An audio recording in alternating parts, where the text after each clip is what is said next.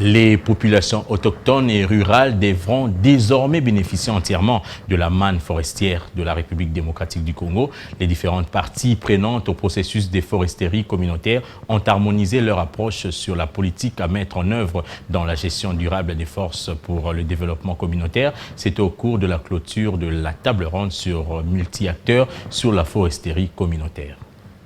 Il a fallu 3 jours pour que les acteurs de l'environnement et ses différents partenaires se mettent d'accord dans le processus de gestion durable des forêts. Après études approfondies sur la foresterie communautaire, ce processus entre maintenant dans sa phase d'expérimentation, appuyé par une série de recommandations. Faire un plaidoyer en vue de la mobilisation d'un fonds conséquent devant permettre le succès de la phase expérimentale. Poursuivre le renforcement des capacités des acteurs de la foresterie communautaire, y compris les points focaux provinciaux.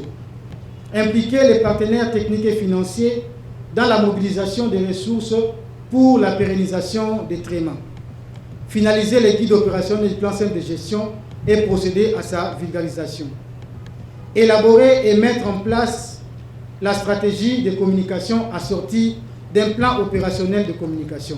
Cette 6e table ronde a permis aux participants de promouvoir une approche alternative basée sur l'option multi-usage des ressources potentielles des forêts pour le bien-être communautaire. Lorsqu'on parle foresterie communautaire, forêt des communautés locales, les gens ont tendance à résumer ça seulement dans l'extraction du bois d'œuvre. Non, forêt des communautés locales, c'est un terroir pour le développement de la communauté bénéficiaire. Dans cette forêt, outre l'extraction du bois d'œuvre, je crois que le directeur du exécutif l'a cité, il y a aussi d'autres pratiques comme l'agroforesterie, comme l'élevage, comme la conservation d'une partie de la forêt.